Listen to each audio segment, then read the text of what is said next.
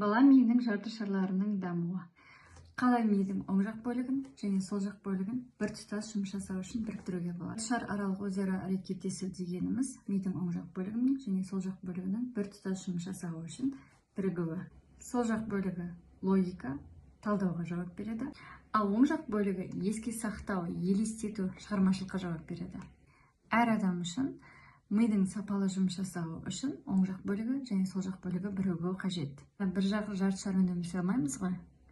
Тек қана логика, тек қана шығармашылықпен. Жарты шар аралық байланыс бір жақ бөлігінен екінші жақ бөлігіне ақпарат алмасу үшін қажет.